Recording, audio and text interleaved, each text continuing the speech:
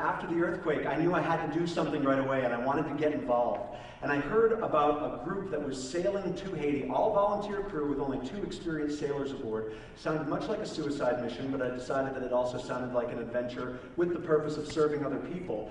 I flew to Miami after calling the captain of this boat, and within 48 hours, we're sailing to Haiti aboard a schooner, an 80-foot sailboat. And we endured 15-foot seas. We had 10,000 pounds of medical supplies and food that we had commandeered from all over Miami. This was 2 weeks to the day after the earthquake that we set sail.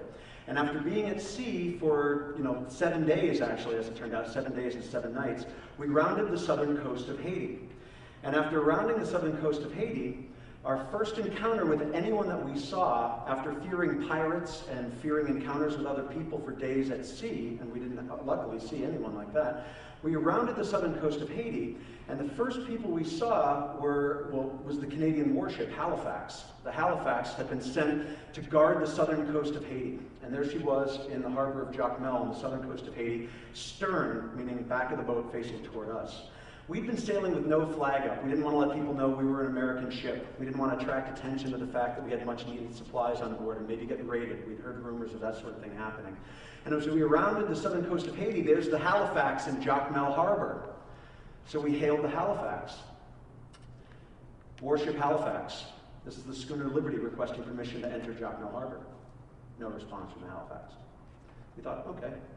Canadian warship Halifax, this is the schooner Liberty requesting permission to enter Jacmel Harbor, loaded with medical supplies and food. No response from the Halifax. And slowly, and it still gives me goosebumps to think about, because I haven't had many interactions with Canadians that made me feel this way. Usually they're a lot more forgiving. All of a sudden the Halifax started to turn in port, totally silently, to face us.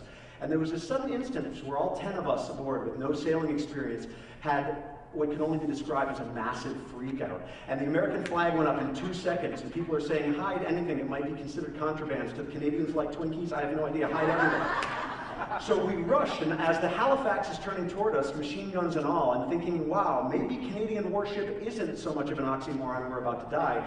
And what ended up happening was it just turned out that the Canadian warship, which had been there for, at that point, 3 weeks to the day now, since we've been at sail for 7 days, had, in that hour, finished her job, her consideration of the southern coast of Haiti, and was about to sail out to sea.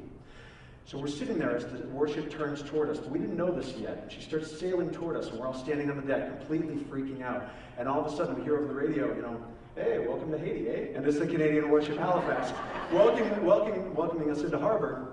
And we sailed into Jacmel, where we were greeted on the dock by people who said to us literally, one man looked at me and he said, welcome to Haiti, we see you as if God has arrived.